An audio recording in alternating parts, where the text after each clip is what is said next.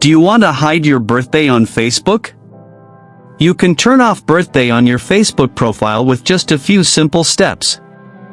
Before we begin, please like this video and subscribe to our channel. I've also included some helpful tools and apps in the description, so be sure to check them out. To hide your birthday on Facebook. First, open the Facebook app on your mobile device. Once you are on Facebook, tap on your profile picture at the bottom right of the screen. Now you are on your Facebook profile screen. At the top of the screen, tap on the edit icon. A new screen will appear with different options. Scroll down to the Personal Details section. Under Personal Details, find and tap on your date of birth. A new screen will open.